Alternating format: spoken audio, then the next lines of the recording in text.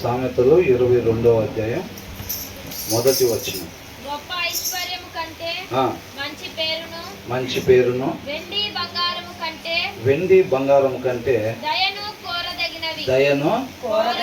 కోరదగినవి. ఏం కోరదగినవి అంట? ఎవరి గురించి చెప్తున్నారు? ఒక మనిషి ఏ రీతిగా ఉండాలో దాని గురించి వాక్యం చెప్తా ఉందన్నమాట. ఏం కోరుకోవాలంటే గొప్ప ఐశ్వర్యం కోరుకోవాలా? వెండి బంగారాలు కోరుకోవాలా? మనం పొద్దున్న లేస్తే ఏం చేస్తూ ఉంటాం? మరి కావాలి కావాలి ఇంకా ఇంకా రావాలి, అవునా? ఇంకా రావాలి. వాళ్ళతో పోలిస్తే మన దగ్గర ఉన్నది చాలా తక్కువే. ఎవరితో పోలిస్తే మన దగ్గర ఉన్నది చాలా తక్కువే. ఇంకా ఇంకా మనం చాలా పోగేయాల్సింది ఉంది అని అనుకుంటారు. చర్చికి వస్తే హల్లెలూయా స్తోత్రం, కానీ బయటికి వెళ్తే మరలా పరుగులు దాని వెనకాలే. మొన్న కరోనా వచ్చిందాక ఎవరు కూడా ఒక్కసారి ప్రశ్న వేసుకున్నది ఎటు పరిగెడుతున్నాం అన్నది ఒకళ్ళు కూడా ప్రశ్న వేసుకున్నది లేదు. కరోనా వచ్చిన దినాన అప్పుడు అయ్యా మనం రాంగ్ రూట్లో వెళ్తున్నట్టున్నాము, ఇది కాదనుకుంటా, ఒకవేళ ఇలాగే ముగింపు అయి ఉంటే ఎటు పోయే వాళ్ళమో ఎక్కడికి వెళ్ళే వాళ్ళమో అనే ప్రశ్న అందరిలో వచ్చిందన్నమాట. అప్పుడు రకరకాల పాటలు, దేవుని వాక్యాలు, మంచి మంచి వాక్యాలు ఒకరికొకరు వాట్సాప్ చేసుకోవటం. డబ్బు ముఖ్యం కాదు, ఆత్మ ముఖ్యం, జీవం ముఖ్యం, ఇలాంటివన్నీ కూడా వాక్యాలు ఒకరికొకరుగా పంపించుకోవటం, అవునా? తర్వాత మళ్ళీ లాక్డౌన్ ఎత్తేగానే మరలా విజులు వదిలినట్టే మళ్ళీ డబ్బు వెనకాల రన్నింగ్ రేస్, మరలా డబ్బు వెనకాల రన్నింగ్ రేస్, మళ్ళీ పరిగెట్టు పరిగెట్టు పరిగెట్టు, అదే పనిలో ఉన్నారు. అప్పుడు కరోనా టైంలో అందరూ ఏమనుకున్నారు?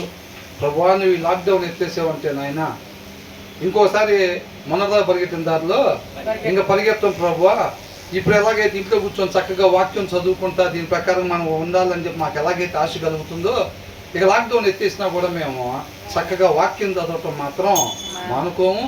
కుటుంబ సమేతంగా మేము వాక్యం తప్పనిసరిగా చదువుకుంటాం.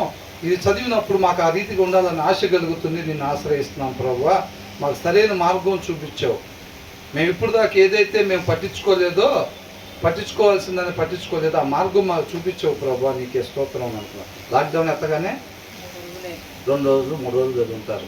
తర్వాత మళ్ళీ బైబిల్ యాస్టీస్కి అల్మర్లోకి వెళ్ళిపోయింది. పంపించేసి మరలా ఏం చేసాం?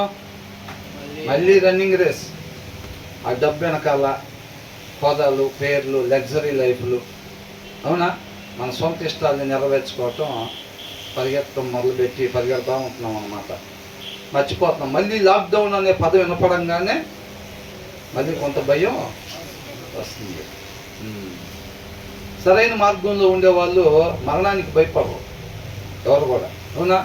కరోనా అంటే గడగడ ఉడిగిపోతూ ఉన్నారు ఇప్పుడు అందరూ కదా. కాబట్టి మనం ఏం చేయాలంట? గొప్ప ఐశ్వర్యం కంటే మంచి పేరును, ఇక్కడ ఏంటంట? మంచి పేరు, ఇంకొకటి దయ మనం కోరుకోవాలి అంతే తప్ప ఈ లోకంలో విలువైన వాటిని వెండి బంగారము కాదు. మనం ధ్యానించుకున్నప్పుడు పేతురు రాసిన 2వ అధ్యాయంలో మనం చూసినట్టయితే ఏమన్నాడు? యెహోవా ఉత్తముడని, ఉత్తముడు మంచివాడు, అర్థమవుతుందండి. గుడ్ అని ఇక్కడ ఏమని ఇచ్చారు? గుడ్ నేమ్ అని ఇచ్చారు. ఇక్కడ ఏంటి? A good name is more desirable than great riches అని ఇచ్చారు. గుడ్ నేమ్, ఉత్తముడు, మంచి లక్షణాలు, మంచి గుణ లక్షణాలు కలిగిన వ్యక్తిగా. కాబట్టి మనం ఏం చేయాలి? ఇంకా కావాలి కావాలి డబ్బులు, ఇంకా పేరు సంపాదించాలి, ఇంకా జనాలు మనం బాగా కొనియాడాలి. ఎక్కడేమనుకుంటారు? వాక్యం ఏం చెప్తుంది? జనాలు నిన్ను కొనియాడితే నీకు శ్రమ. మనం ఏం చేస్తాం? లైక్లు, వ్యూస్, ఎంతమంది అసలు మనం అంటే నీకేమక్క అన్నా అసలు నీ తర్వాత ఎవరైనా ఈ కావాలి మనకి బాగా, అవునా? ఈ కోరుకుంటూ ఉంటారు అన్నమాట. కాకపోతే ఇక్కడేమని అంటున్నాడు? మంచి పేరు కావాలి. మంచి పేరు అంటే ఏంటి? అన్యాయంగా డబ్బులు సంపాదించి పెద్ద మనుషులు అని చెప్పి పేరు తెచ్చుకుంటారు. ఆ పేరా? ఆ పేరు కాదు. ఏ పేరు అంట? ఆత్మీయంగా వాక్యాన్ని అనుసరించే వాళ్ళు, అవునా? యెహోవా ఉత్తముడు అంటే ఆయన కూడా బాగా డబ్బులు సంపాదించుకున్నాడా? కాదు కదా. కాబట్టి మంచి గుణ లక్షణాలు కలిగినట్టుగా మంచి పేరు కావాలి, మంచి పేరు కావాలి. ఇవాళ మనం డబ్బులు వెనకాల, లగ్జరీ వెనకాల ఎలాగైతే మనం తహతహలాడుతున్నామో, పరిగెడుతున్నామో, అట్లాగా మంచి పేరు కోసం మనం తహతహలాడాలన్నమాట. అర్థమవుతుందండి? కాబట్టి తన పిల్లలంతా వాక్యానుసారంగా ఉంటున్నారు అనే ఒక వార్త వినటం కంటే తల్లిదండ్రులకి సంతోషకరమైన వార్త మరొకటి లేదు అని అంటున్నారు. మీ అబ్బాయి కలెక్టర్ అయ్యాడు, ఆ వార్త చెవిని పడితే సంతోషం అనిపిస్తుందా? లేకపోతే వాక్యాన్ని అనుసరిస్తున్నాడంటే సంతోషం అనిపిస్తుందా? మీ అబ్బాయి ₹1,00,00,000 సంపాదించాడనే సంతోషం, వాక్యానుసారం ఉంటున్నాడు అనే సంతోషమా? వీళ్ళ గురి కరెక్ట్గా ఉంటే కనుక వాక్యానుసారంగా ఉంటున్నారు అనేది. కాబట్టి మనం ఏంటంటే, నేను బాగుండాలి, నాకు ఆరోగ్యం బాగుండాలి, నాకు మంచి సౌకర్యాలు ఉండాలి, నా భార్యకి మంచి ఆరోగ్యం ఉండాలి, మంచి సౌకర్యం ఉండాలి, పిల్లలకు మంచి ఆరోగ్యం ఉండాలి, మేము ఉన్నా లేకపోయినా తర్వాత దినాల్లో కూడా ఇబ్బంది పడకుండా మంచి సౌకర్యాలు ఉండాలి, మంచి ఆరోగ్యం ఉండాలి. అది కాదండి. ఏముండాలి? మంచి పేరు, మంచి పేరు కలిగి ఉండాలి. మంచి పేరు అంటే ఆ వాక్యానుసారంగా క్రీస్తుని పోలి నడుచుకునే పేరు అన్నమాట. అర్థమవుతుందండి? దయ చూపించేవాడిగా, కరుణ చూపించేవాడిగా, కృప చూపించేవాడిగా, వాత్సల్యత చూపించేవాడిగా, ఇలాంటి లక్షణాలు కలిగి మనం జీవించే వారిని మంచి వ్యక్తులు అని అంటారు. అర్థమవుతుందండి? కాబట్టి మంచి పేరు సంపాదించుకునేవారుగా ఉండాలి. కాబట్టి యోబు గురించి ఏమని చెప్పాడు దేవుడు? యథార్థవంతుడు, నీతిమంతుడు, చెడుతనాన్ని విసర్జించేవాడు అని చెప్పాడు. దానికన్నా పైన వచనాల్లో స్టార్టింగ్లోనే ఆ తూర్పు దేశం మొత్తంలో కల్లా ధనవంతుడు అని రాస్తుంది. ఆ మాట పలికాడా దేవుడు? ఆ మాట పలకడా? అవునా? కాబట్టి మనం మంచి పేరు తాతహలాడిపోతూ ఉండాలన్నమాట. అంటే వాక్యాన్ని అనుసరించేవారుగా మాత్రమే ఉండాలి, వాక్య ప్రకారంగా మాత్రమే నేను జీవించాలని అట్లా తృష్ణ, ఆ తహతహలాడే తత్వం మనలో ఉండాలి. అది మనిషికి ఉండాల్సిన విధానము అని అంటున్నాడు అనమాట. వాక్యము అని అంటే మనిషి ఉండాల్సిన విధానము, మనిషి ఎలా ఉండాలో ఈ వాక్యం ద్వారా మనకి తెలియజేయబడింది. ఆ రీతిగా మనం బయటికి వెళ్ళి నడుచుకుంటాం అంతే తప్ప ఇక్కడికి వచ్చి కూర్చోవటం వల్ల మనకు వచ్చేది ఏమీ లేదు. వాక్యము అని అంటే మనం ఎలా ఉండాలో చెప్తారనమాట. ఎలా ఉండాలి, ఎలాగా ఉండకూడదు అనేది చెప్తారు. అలా ఎలా ఉండాలో మనం విన్నాం అనుకోండి, ఆ విన్న దాని ప్రకారంగా మనం నడుచుకుంటాం. అవునా? వెళ్ళలేదనుకోండి, ఊరికినే ఇక్కడికి వచ్చి కూర్చొని వినకపోతే, ఎలా ఉండాలో మనకి తెలియకపోతే మనం ఏం చేస్తాం? మనకు నచ్చినట్టుగా ఎలా పడితే అలాగా ఉంటాం. రేపు రోజున ఏమైంది? ఉండకూడని రీతిగా ఉండటం వలన చాలా పెద్ద నష్టాలు ఎదుర్కోవాల్సిన పరిస్థితి వచ్చింది. అంత ఇంపార్టెన్స్ ఏముందిలే, ఇదే అంత ఇంపార్టెన్స్ ఏముంది మనకి? ఇది ఈ ఆహారం భుజించకపోతే ఏమైంది? ఆత్మీయంగా చనిపోతాం. ఆత్మ కన్నా విలువైంది ఏముంది? ఏమీ లేదు. కాబట్టి 100% విలువైంది ఏది అసలు మన జీవితంలో? వాక్యము. అవునా? వాక్యం విలువైంది అన్నమాట. కాబట్టి ఇక్కడికి వచ్చామా, మనం కూర్చున్నామా, కొంతసేపు మధ్యలో కొన్ని విన్నామా, కొన్ని వినలేదా అనేది కాకుండా 100% ధ్యాసతో మనం దాన్ని వినాలి. వినేటప్పుడు మనం ఎలా ఉండాలో చెప్తారు, దాంట్లో ఎలా ఉండకూడదో చెప్తారు. కాబట్టి ఆ చెప్పిన రీతిగా మనం ఉంటాం. మనిషి ఎలా ఉండాలంట? మంచి పేరు, దయని మనం కోరుకోవాలన్నమాట. దుప్పి నీటి వాగుల కొరకు ఆశపడినట్టుగా మనం వాటి కొరకు ఆశపడుతూ ఉండాలి. మన తృష్ణ ఏం కావాలి? మంచి పేరు కావాలి. మంచి పేరు కలిగి ఉండాలి అనేదే కావాలన్నమాట. అంతే తప్ప ఈ శాశ్వతంగా ఏంటంటే ఈ లోకంలో గొప్పవి వెండి, బంగారం, గొప్ప ఐశ్వర్యం, విలువైన వస్త్రాలు కావచ్చు, గొప్ప పేరు కావచ్చు. ఫరో అని అంటే ఏంటి? అవునా? ఇప్పుడు అమెరికా అధ్యక్షుడు అంటే, అవునా కదా, గొప్ప పేరు. కాబట్టి అలాంటి వాటి కోసం కాదు మనం చూడాల్సింది, వాటికన్నా విలువైనవి ఇవి. మంచి పేరు, దయ, వాటిని అండర్లైన్ చేసుకోవాలన్నమాట. మనం దీని గురించి తాతాలాడాలి తప్ప మన గొప్ప ఐశ్వర్యము కాకపోతే మనకి ఎడం పక్కన, కుడి పక్కన, ముందు, వెనకాల వీటి కోసం పరిగెత్తే వాళ్ళే ఉంటారు.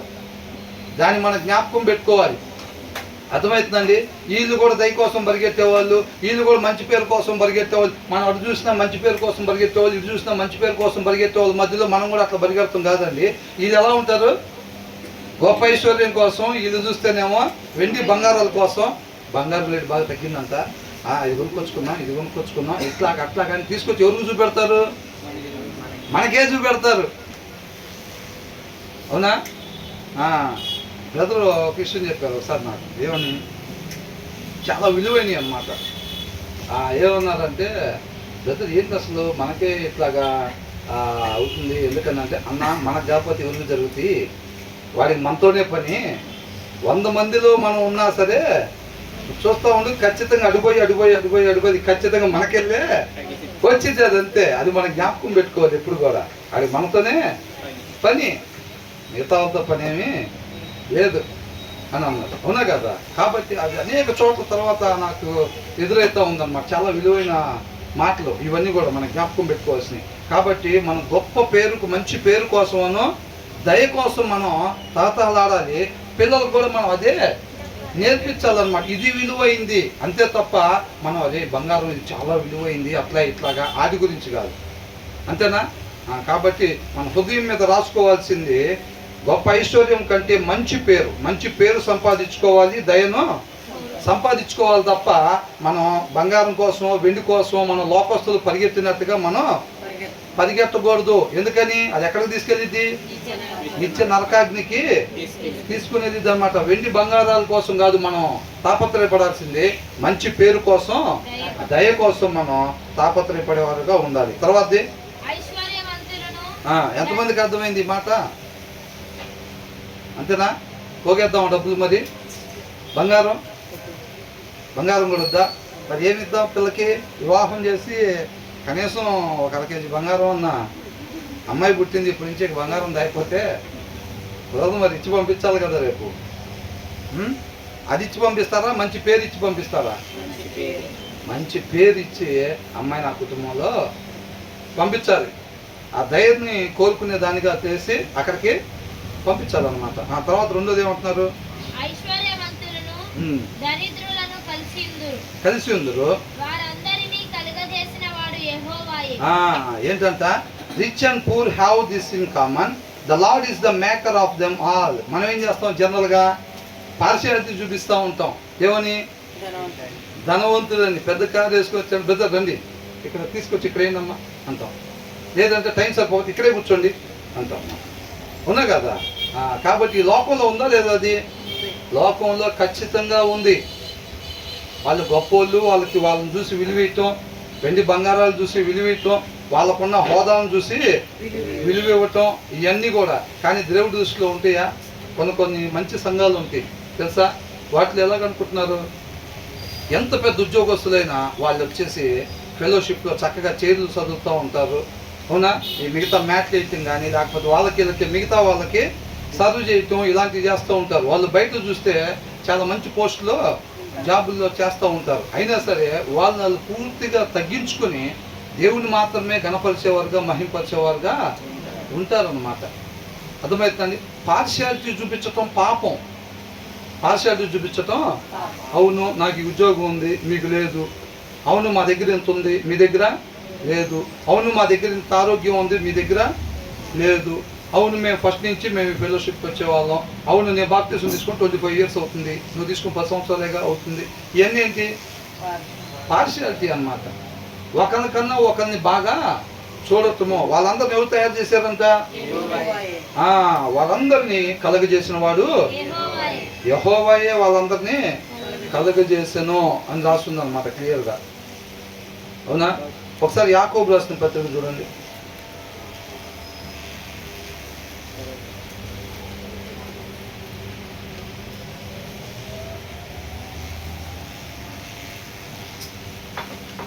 యాకోబు రాసిన పత్రిక 2వ అధ్యాయం 1వ వచనం.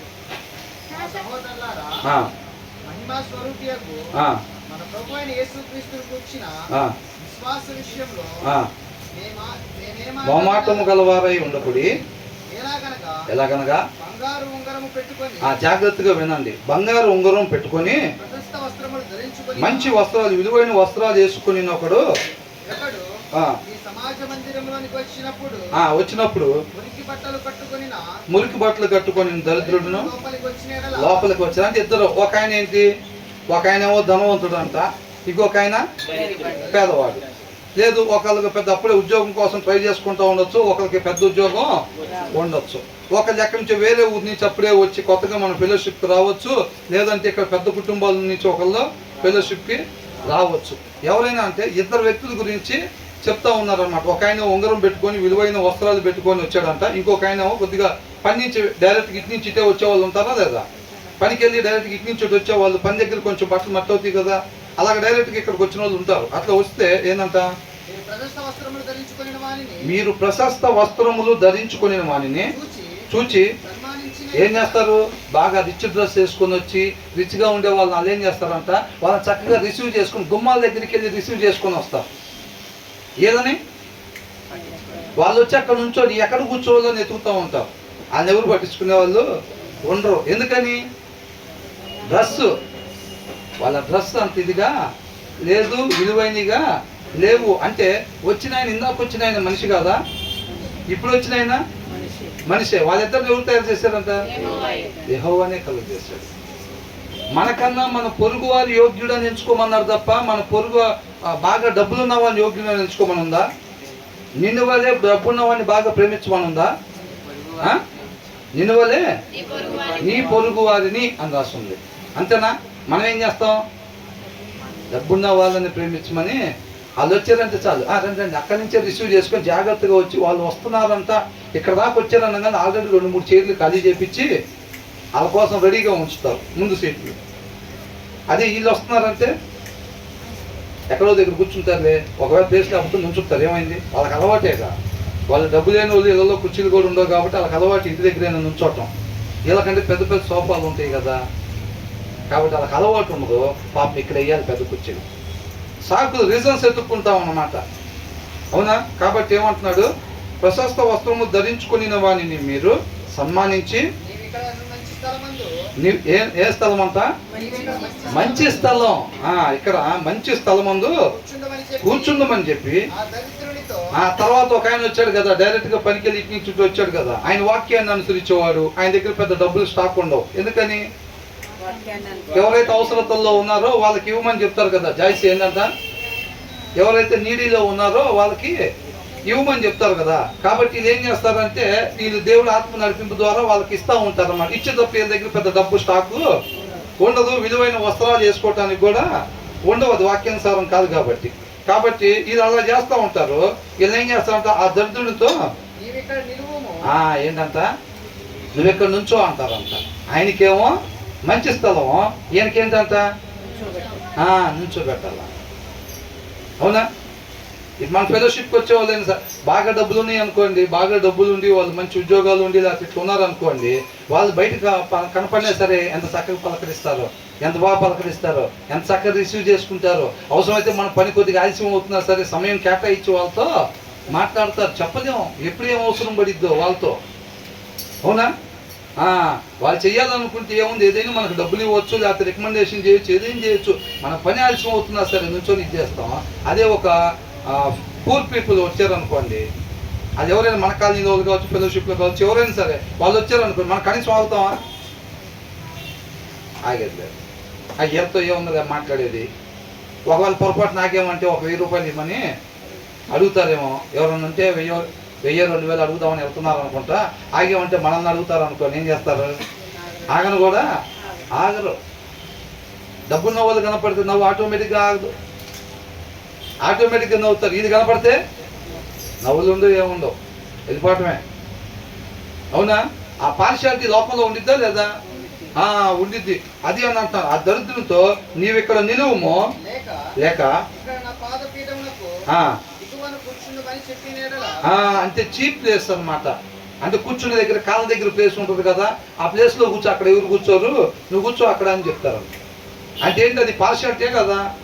అలాగ పార్షియాలిటీ చూపించటం పాపము అని అంటున్నాడు అనమాట. అర్థమవుతుందండి?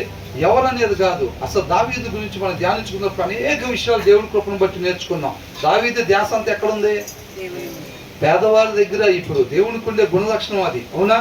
ఎవరైతే అవసరతల్లో ఉన్నారో వారిని చూస్తూ ఉన్నాడు. వాళ్ళు ప్రార్థన చేసినా కానీ ఏమని చేశారు, ఎవరైతే అన్యాయానికి గురవుతున్నారో వారి గురించి మొరపెట్టుకునేవాళ్ళు అనమాట.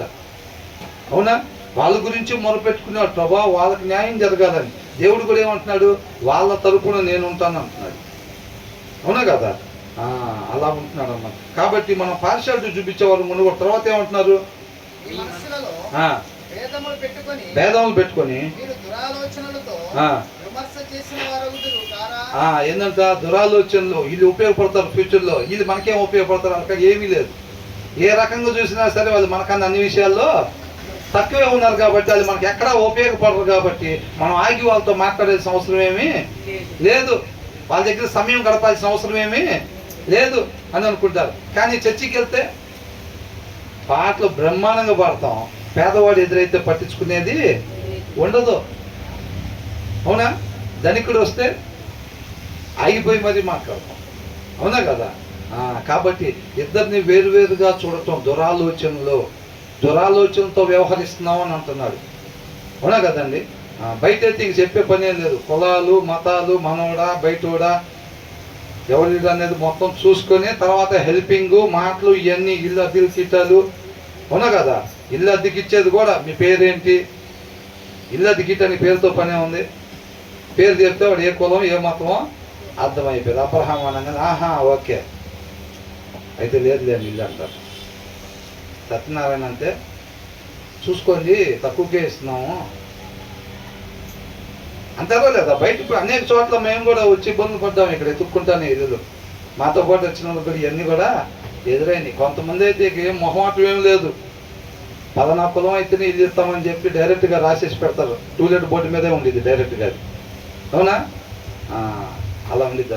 మన ప్రవర్తన ద్వారా ఒకవేళ మనం అలాంటి ఇళ్లలో దిగితే కనుక మన ప్రవర్తన ద్వారా, అంటే మనం చదువుకున్నాం కదా, ఆయన గుణాతిశయాన్ని మనం ప్రచురింపజేసేవారంగా ఉండాలి. అర్థమవుతుందండి? నేను ఎక్కడ చూడలేదు ఇట్లాంటి వాళ్ళని అసలు అనుకునేటట్టుగా. అలాంటి మంచి పేరు తెచ్చుకునే వారంగా మనం ఉండాలన్నమాట. అవకాశాన్ని వదిలిపెట్టుకోకూడదు. కాబట్టి ఇక్కడ ఏమంటున్నాడు, మీ మనసుల్లో భేదములు పెట్టుకొని మీరు దురాలోచనతో విమర్శ చేస్తున్నవారు కాదా? ఎవరు పిలుస్తున్నారు? మనల్ని. నా ప్రియ సహోదరులారా ఆలకించుడి. ఏం చేయమంటున్నారు? వినండి అని అంటున్నాడు.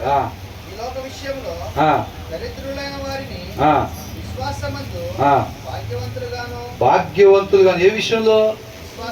విశ్వాసమందు పునరుద్ధానుడై క్రీస్తు లెగొట్టడం ద్వారా మన విశ్వాసానికి ఏమైంది? ఒక ఆధారం దొరికిందనమాట. విశ్వాసం లేకపోతే నిత్య జీవానికి అసలు అవకాశమే లేదు. అలాంటి విశ్వాసంలో అంతా దరిద్రులు ఏం చేస్తారంట?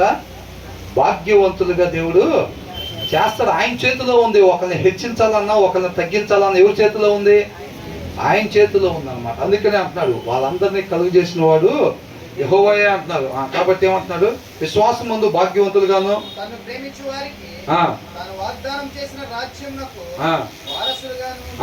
ప్రేమించే వారికంటే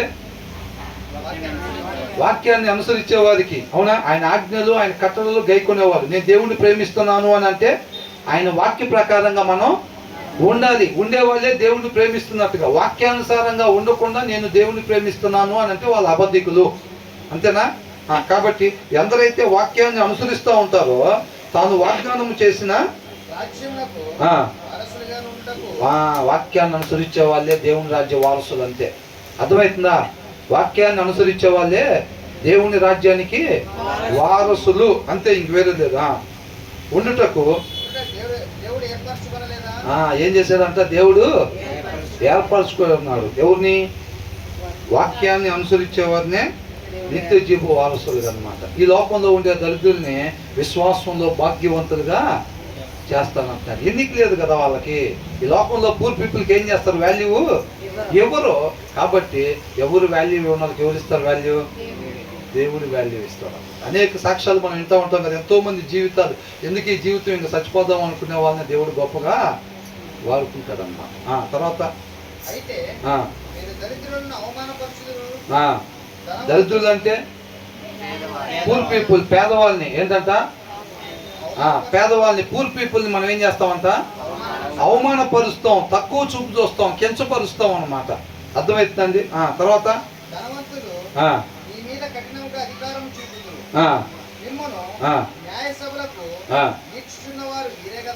వీరే కదా పెద్ద మనుషులుగా చాలా మంది లూటీ చేసి పెద్ద మనుషులుగా మనం చెప్తున్నారు ఏంటంట బ్యాంకులకు దోపిడీ చేసి కన్నం వేసి అంటే వేల కోట్ల రూపాయలు అప్పు తీసుకొని వాళ్ళు పెద్ద మనుషులుగా పదవులు కొనుక్కొని చలామణి అవుతా ఉన్నారు. మనమేమనుకుంటాం వాళ్ళు రాగానే అమ్మో పెద్ద మనిషి వచ్చాడు ఆయనకి సోఫా ఏంది అదేంటి ఇదేందని అంటాం. వాళ్ళు ఏం చేస్తారు, వాళ్ళు ఎవరు డబ్బులంతా లూటీ చేసేది మన డబ్బులే. కారు కొంటే రోడ్ ట్యాక్స్, అది మళ్ళీ రోడ్డు మీదకి ఎక్కితే రోడ్ ట్యాక్స్, మళ్ళీ ఆ కారు వేసుకొని రెస్టారెంట్కి పోతుంటే అక్కడ రెస్టారెంట్లో ట్యాక్స్, మళ్ళీ ఏదైనా ప్రతి దానికి ఎన్ని ట్యాక్స్లు పడతాయి, ట్యాక్స్ ట్యాక్స్ ట్యాక్స్ ట్యాక్స్. ఆ డబ్బులనే వాళ్ళు లూటీ చేసి పెద్ద మనుషులు వాళ్ళు చలామణి అవుతూ ఉంటారు. ఆ తర్వాత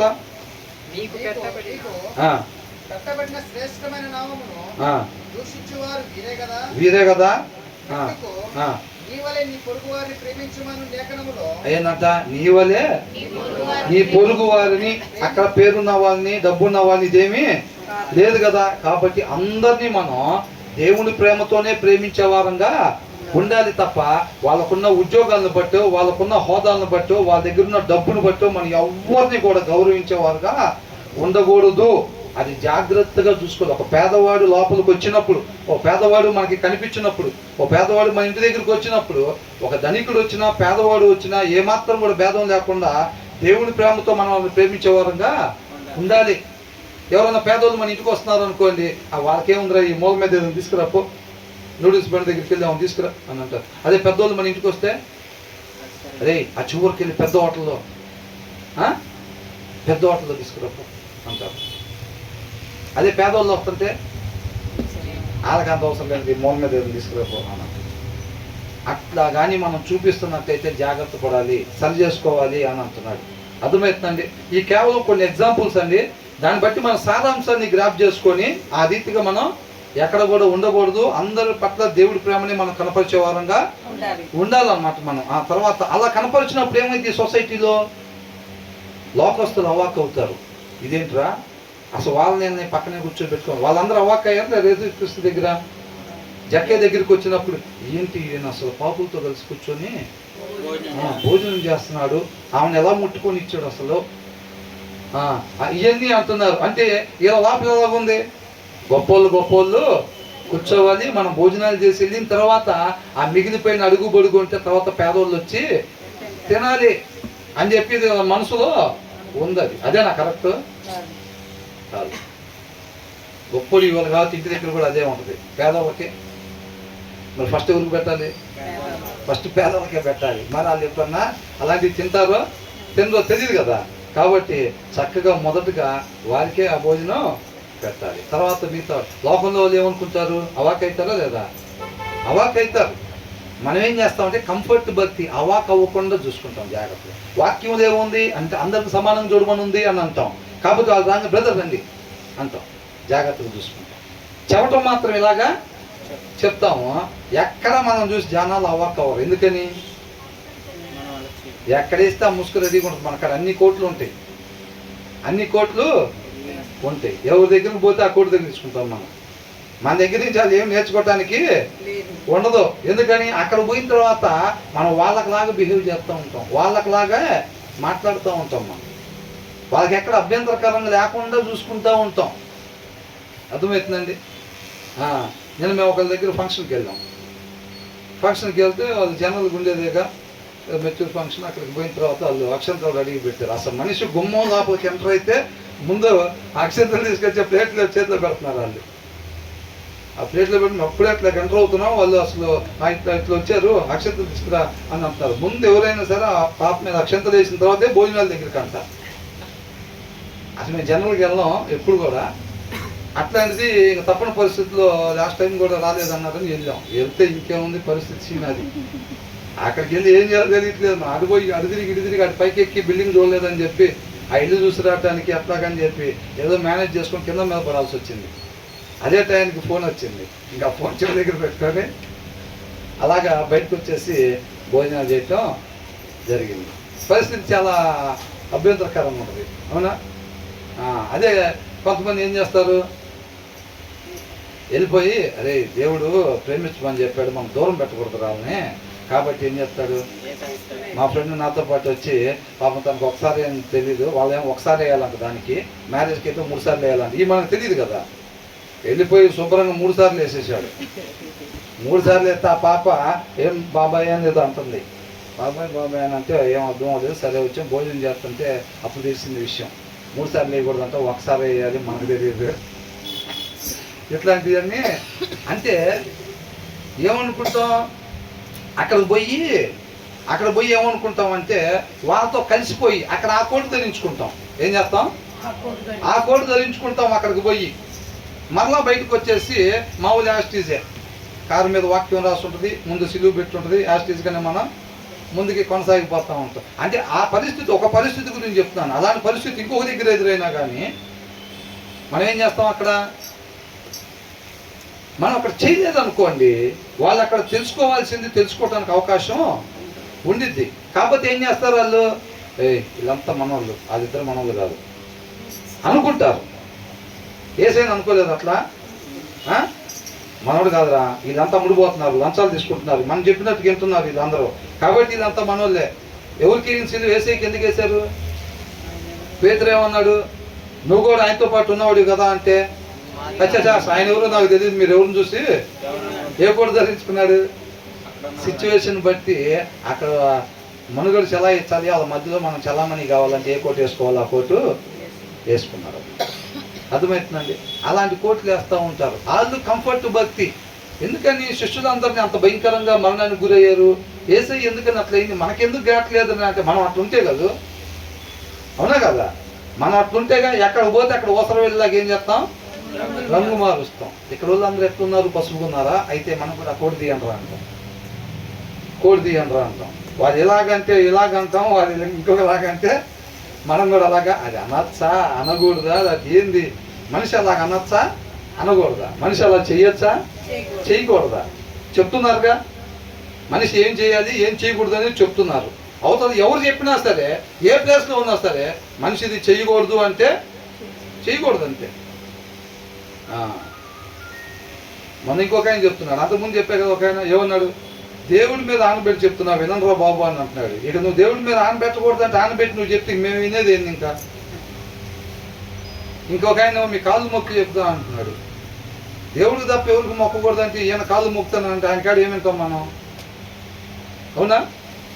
కాబట్టి మనం ఏం చేయాలంటే ఖచ్చితంగా లోకం మనకు వేరుపరిచిద్ది. మన వాక్యానుసారం ఉండేటప్పుడు మనం వేరుపరచట్లేదు, మనం దూరం పెట్టట్లేదు జనం అని అనుకుంటున్నామంటే మన కంఫర్ట్ లైఫ్ చూసుకుంటున్నాం, ఓసర వెళ్ళలాగా రంగులు మారుస్తున్నాం. ఖచ్చితంగా మన వాక్యానుసారం ఉంటే కొన్ని పరిస్థితులు లాస్ట్ టైం చూసుకున్నాం కదా, సొంత వాళ్ళకు కూడా దూరం అయ్యే పరిస్థితి ఉండిద్ది. ఏసైకి లేదా ఆ పరిస్థితి? శిష్యులకు లేదా? సొంత వాళ్ళు కూడా దూరం పెట్టే పరిస్థితి. శుక్రవారం ఫంక్షన్ పెడితే బ్రదర్కి వెళ్ళటానికి కుదరదు. నేనంటే బ్రదర్కి ఒక మాట చెప్పేసి వెళ్ళిపోయి అక్కడ కొండలో తిరుగుతూ ఉంటాను అనుకోండి. బ్రదర్కి పాపం అవకాశం ఉండదు. శుక్రవారం పెళ్ళికి పిలిచినా కానీ ఎవరు పిలిచినా వెళ్ళే పరిస్థితి ఉంది. ఏమనుకుంటారు? పెట్టాడు పెద్ద మినిస్ట్రీ, పెద్ద పెద్ద చర్చిలో వస్తున్నారు, ఇక అన్నీ ఉంటాయా లేవా? అవన్నీ ఉంటాయి. మాటలు లేకుండా ఇది లేకుండా ఏమి చక్కగా సాఫీగా ఏమి జరిగిపోదు. ఖచ్చితంగా ఆ మార్గంలో అవి ఉంటాయి అన్నమాట. వాటికి సిద్ధపాటు అయ్యే ఉండాలి, అంతేనా కదా? తర్వాత ఏమంటున్నారు ఇంకా? మీ వలే మీ పొరుగు వారిని ఏంటి 8వ వచనం, యాకోబు రాసిన పత్రిక 2వ అధ్యాయం 8వ వచనం. నీ వలే నీ పొరుగు వారిని ప్రేమించమని హృదయం మీద రాసుకుంటున్నారా? ధనవంతులైనా పేదవాళ్ళైనా ఎవరైనా సరే మనకన్నా యోగ్యులుగా ఎంచుకొని దేవుడి ప్రేమతో వారిని ప్రేమించే వారంగా ఉండాలి, అంతే.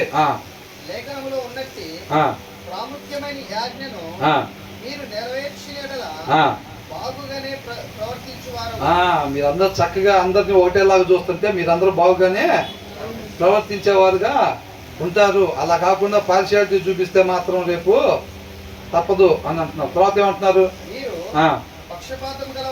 అలా ఇద్దరిని సమానంగా చూడకుండా మీరు పార్షియాలిటీ కానీ చూపించినట్టయితే కనుక ఏమవుతారంట? అపరాధులు. అవునా? మన అపరాధాల వల్లే ఫస్ట్ యేసయ్య సిలువ వేశారు. మరలా ఇంకా అదే పార్షియాలిటీ చూపిస్తున్నాం అనుకోండి, ఏం చేసినట్టు మనం? గుడ్ ఫ్రైడే రోజు ఉపవాసం ఉండి పార్షియాలిటీ చూపిస్తున్నాం అనుకోండి జనాల మధ్యలో, మనం ఏం చేసినట్టు? మరలా ఆయన సిలువ వేసేటట్టు. దాన్ని మనం సద్వినియోగం చేసుకున్నట్టు కాక ఆయన అవమానించేవారుగా మనం ఉంటాం అన్నమాట. తర్వాత ఏమంటున్నారు? తీర్చబడి. చూసారా, పార్షియాలిటీ చూపిస్తే కూడా పాపం చేసినట్టు అండి. మరీను ఏం చేసాం? వాళ్ళ ఇళ్ళలో అంటే పెద్ద సోఫాలు ఉంటాయి, వాళ్ళకి అలవాటు పడి ఉంటారని ముందేసాము. వీళ్ళల్లో అట్లాంటివి ఉండవు కదా అని నుంచోమని చెప్పాము. అది కూడా పాపమేనా? పాపమే కదా. పార్షియాలిటీ ఖచ్చితంగా పాపం. అదే బాస్ చూస్తున్నారు, వాళ్ళు చూస్తున్నారు, వీళ్ళు చూస్తున్నారు, జనాల మధ్యలో ఉన్నాం. చర్చిలో అయితే మనం అట్లా చేసుకోవచ్చులే, కానీ జనాల మధ్యలో అట్లా చేస్తే బాగుండదు, మనం దూరం పెడతారు. దూరం పెడితే పెట్టారు. కొంతకాలం ఉండిపోయే దీనికోసం జీవాన్ని వదిలిపెడతామా? అవివేకులు అయితే వదిలిపెడతారు. వాక్యం చదవని వాళ్ళు అయితే వదిలిపెడతారు. వాళ్ళకి బలం సరిపోదు, నిలబడలేరు వాళ్ళు. అర్థమవుతుందండి? ఎవరో బతికించాలి మనల్ని, ఎవరో బతికించాలి అనుకునేవాడు అట్లాంటి పనులు చేస్తాడు. మనం బతికించేది ఎవరు? ఆయన్ని కూడా బతికించేది ఆయన చెప్పినట్టుగా మనం నడుచుకోవాలన్నమాట. అర్థమవుతుందండి? ఆ వాక్యం బాగా చదువుతూ ఉంటే మనం అంత బలంగా ఉంటాం అన్నమాట. క్రీస్తుని కనపరిచే వరకు, మహింపరిచే వరకు ఉంటాం. తర్వాత ఏమంటున్నారు? పాపము చేయువారగుదురు అని అంటున్నాడు పార్షియాలిటీ చూపిస్తే. తర్వాత ఏమంటున్నారు?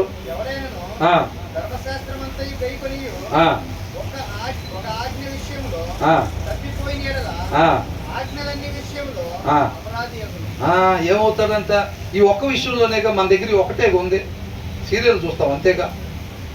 మన మిగతా అన్ని విషయాల్లో కరెక్ట్గానే ఉంటాంగా.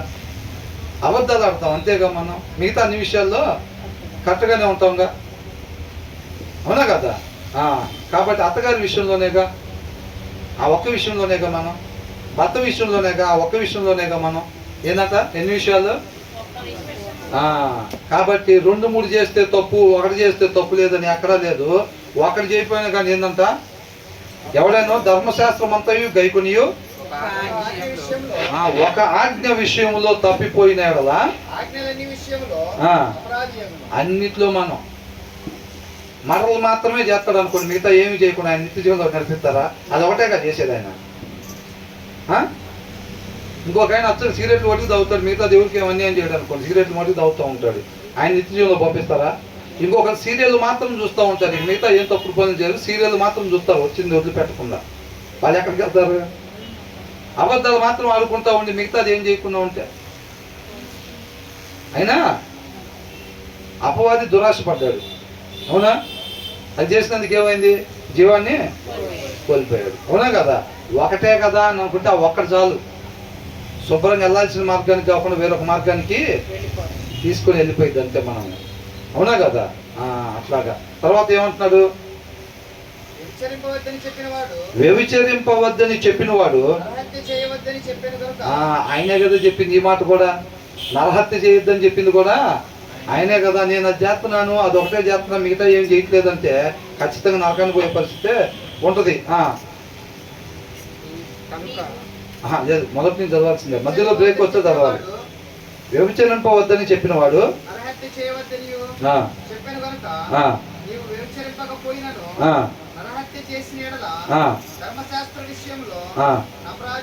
ఏంటంట? ఖచ్చితంగా అపరాధి అయితివి. కాబట్టి మందు తాగితేనే పాపి, సిగరెట్లు తాగితేనే పాపి, వ్యభిచారం చేస్తేనే పాపి కాదు. ఆయన మార్గం వదిలిపెట్టి మన మార్గంలో ఆయన ఇష్టం నెరవేర్చాలి కదా మనం. ఆయన ఇష్టాన్ని వదిలిపెట్టి మన ఇష్టాన్ని నెరవేర్చుకోవటం కూడా పాపం. మనం ధ్యానించుకుందాం కదా. అది అందరూ కూడా అంట మార్గం తప్పిపోయారంట. మార్గం తప్పిపోయి వాళ్ళు చేసిన పనులకి ఆయన శిలువ మరణాన్ని ఎదుర్కోవాల్సి వచ్చింది. మార్గం తప్పిపోయారంటే వెళ్ళిపోయారు, వాళ్ళ సొంత ఇష్టాన్ని నెరవేర్చుకున్నారు. వాళ్ళ సొంత ఇష్టాన్ని శరీరాన్ని అనుసరించుకుంటూ ముందుకు వెళ్ళిపోతున్నారు అంతే. దాన్ని మార్గం తప్పిపోవటం అంటారు. ఇక్కడ కూడా అనేక మంది ఏం చేస్తూ ఉంటారు, వాక్యం చదవకపోతే ఆటోమేటిక్గా జరిగేది అదే. వాళ్ళకు కూడా తెలియదు ఆ విషయం, వాళ్ళకు కూడా తెలియదు. వాళ్ళ ఇష్టానుసారంగా ముందుకి వెళ్ళిపోతూ ఉంటారు అన్నమాట, వాక్యం చదవకపోతే మాత్రం. తర్వాత ఏమంటున్నారు? ధర్మశాస్త్రం విషయంలో అంతా మనం ఒక్కటి చేసినా సరే అపరాధులమే, పాపులమే అని ఉంది. అర్థమవుతుందండి? ఎగ్జాంపుల్కి 2, 3 చెప్తున్నారు. జనరల్గా మనం ఏమంటాం? ఆయన మంచోడు కాదండి, వాళ్ళు పాపాత్ములు, ఎందుకంటే ఆయన ముందవుతాడు. వీళ్ళు పాపాత్ములు అండి, ఎందుకంటే ఈయన ఇట్లా చేస్తాడు అని అంటారు. మనం మన ఇష్టాన్ని నెరవేర్చుకుంటూ వెళ్ళిపోయి మనం పాపాత్ములం కదా? పాపాత్ములమే. అర్థమవుతుందండి? అవి మాత్రం కొంతమంది ఏం చేస్తారంటే సెలెక్టెడ్ పెట్టుకుంటారు కొన్ని, అవి మాత్రం చేయకూడదండి. అవి చేస్తే పాపం చేసినట్టు. మిగతాయి ఉండాల్సిన రీతిగా ఉండకపోతే ఏదైనా పాపమే. అది చేయకూడదు, ఏది చేసినా పాపం. నేను ఎట్లా చేయలేదు కదా, అట్లా చేయలేదు కదా కాదు, చెయ్యాల్సింది చేయకపోవటం పాపం. To miss the mark is sin. అంతే. ఉండాల్సిన రీతిగా ఉండకపోవటం పాపం. అంతేనా? తర్వాత ఏమంటున్నారు?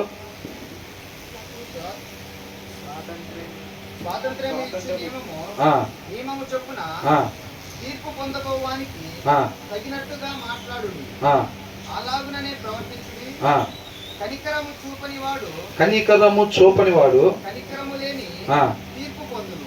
ఇక్కడ మనం కనికరం చూపకపోతే, దయ చూపించకపోతే, వాత్సల్యత చూపించకపోతే వాటిని లేని తీర్పే మనం కూడా పొందుకుంటాము అంటున్నాడు. అర్థమవుతుందండి? సారాంశం మనం గ్రహించుకోవాలి. ఒక మనిషి ఎలాగుండాలి అనేది.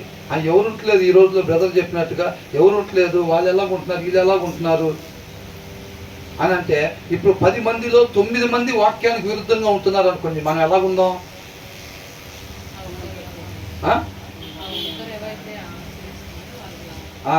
మనకి 10 మందిలో 9 మంది ఎట్లా ఉన్నా, 100 మందిలో 99 మంది ఎట్లా ఉన్నారు అనేది కాదు, మిగతా వాళ్ళని బట్టి కాదు. మనకనేది మనిషి జీవించాల్సిన విధానం వాక్యానుసారము. మనది అదే కావాలంతే. ఒకవేళ తండ్రి సరిగ్గా లేకపోతున్నా, తల్లి సరిగ్గా లేకపోతున్నా, అన్నయ్య సరిగ్గా లేకపోయినా, చెల్లి సరిగ్గా లేకపోయినా, వాళ్ళను బట్టి వీళ్ళను బట్టి కాదండి మనం ఉండాల్సింది. ఎలా ఉండాలి? వాక్యాన్ని బట్టి మనం ఉండాలి. మనిషి ఉండాల్సిన విధానము వాక్యాన్ని అనుసరించటము. కాబట్టి వాక్యాన్ని అనుసరించటమే మన జీవిత విధానం. వాక్య సారాంశం సత్యం. ఆ సత్యం మనల్ని స్వతంత్రుల్ని చేసేది తప్ప వాళ్ళని చూసి నేర్చుకోవటం, వీళ్ళని చూసి నేర్చుకోవటం కాదు. నీకు దేవుడు చెప్పకపోతే వేరొకరిని చూసి మనం నేర్చుకోవాలి. దేవుడు చెప్పాడా లేదా? చక్కగా చెప్పాడు. ఆయన కృపను బట్టి ప్రతి ఒక్కరి చేతిలో బైబిల్ ఉంది, సత్యం ఉంది. కొన్ని ప్రదేశాల్లో అయితే అవకాశం లేదు. దేవుడి కృపను బట్టి మనకైతే సమృద్ధిగా ఉంది కదా. కాబట్టి దీన్ని చక్కగా ధ్యానించుకునే వారంగా ఉండాలి తప్ప దీని ప్రకారంగానే మనం ఉండాలి. మన ముందు వాళ్ళు ఎట్లా ఉంటున్నారు, పక్కన వాళ్ళు ఎట్లా ఉంటున్నారు, వెనకోళ్ళు ఎట్లా ఉంటున్నారు అనేది మనం అనవసరం. మనం ఉండాల్సిన రీతిగా మనం ఉన్నట్టయితే గనక వాళ్ళు కూడా సత్యాన్ని తెలుసుకునేవారుగా అవుతారన్నమాట. అంతేనా కదా? మనం ఉండాల్సిన రీతిగా మనం ఉండాలి. ఎక్కడైనా అంతే, వాక్యానుసారంగా మనం ఉండాలి.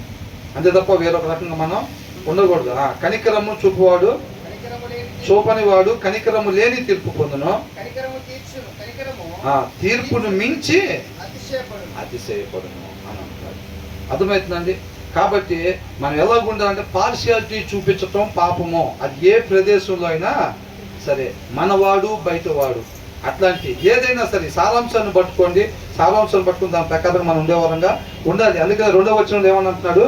రిచ్ అండ్ పూర్ ఏమన్నా తెలుగులో? ఐశ్వర్యవంతులను దరిద్రులను కలిసి ఉందరు వారందరినీ కలుగ చేసిన వాడు యెహోవాయే. కాబట్టి వీళ్ళు ధనికులని, వీళ్ళు పేదవాళ్ళని, వీళ్ళు పేరు మోసిన వాళ్ళని, వీళ్ళు పేరు లేని వాళ్ళని అంత భేదాలు ఏమీ కూడా చూపించకుండా ప్రతి ఒక్కరిని కూడా దేవుడే తయారు చేశాడు. కాబట్టి మనకన్నా అందరినీ యోగ్యులుగా భావించుకుని దేవుడి ప్రేమతో అందరినీ మనం ప్రేమించే వారంగా ఉండాలి. మొదటి వచనంలో ఏం చూసాం? మంచి పేరుని, దయని మనం కోరుకునే వాళ్ళం ఉండాలి తప్ప ఈ లోకంలో విలువైనవి ఉండే వాటిని, వెన్నిని, బంగారాన్ని, ఐశ్వర్యాన్ని, పేరుని, ఇలాంటి వాటిని మనం కోరుకునే వాళ్ళంగా ఉండకూడదు. మంచి పేరు అంటే వాక్యానుసారంగా ఉండాలి. వాక్యానుసారంగా ఉండాలి. దానికోసం మనం తహతహలాడాలి. పిల్లలు కూడా ఆ రీతిగానే ఉండాలని చెప్పి పిల్లల గురించి కూడా మనం అదే కోరుకోవాలి. పిల్లలు వాక్యానుసారంగా ఉండాలి, పిల్లలు వాక్యానుసారంగా ఉండాలి, వాక్యానుసారంగా ఉండాలి. పిల్లలని మనం ఆశపడుతూ ఉండాలన్నమాట. అంతే తప్ప వాళ్ళు బాగా పేరు సంపాదించాలి, వాళ్ళు మంచి లగ్జరీ లైఫ్ ఉండాలి. రేపు మనం ఉన్నా లేకపోయినా వాళ్ళు ఇబ్బందులు పడకూడదు. కిలో బియ్యం రూపు 150 రూపాయలు అయినా సరే పిల్లలు ఇబ్బంది పడకూడదు. అది కాదు మనం చూడాల్సింది. అవునా? స్థలాల రేట్లు పెరిగిపోతున్నాయి. 4-5 స్థలాలు పిల్లలు కొనిపించాలి. కిలో బియ్యం రోజు రోజుకి పెరిగిపోతూ ఉంది. రేట్లు పెరిగిన పిల్లలు రేపు రోజు ఇబ్బంది పడకుండా బతకాలి. అది కాదు బతకటం అని. ధనవంతుడు ఏం చేశాడు? నా ప్రాణమా తినుము తాగుము సుఖించమా. తిన్నాడా? తాగాడా? సుఖించాడా? ఏముండదు. ఫ్లీటింగ్ వ్యాపారం. కొంతకాలం ఉండి అమ్మటే అవి మాయం అయిపోతాయి అన్నమాట. కాబట్టి మనం అటువైపు కాకుండా మన శాశ్వతమైన దాన్ని మనం పొందుకునే వారంగా ఉండాలి. అట్ ద సేమ్ టైం పిల్లలకు కూడా శాశ్వతమైన దాన్ని, నిజమైన ఆస్తిని వాళ్ళకి ఆస్తిగా మనం ఇచ్చే వారంగా ఉండాలి. దేవుడికి మహిమ కలుగుతారు.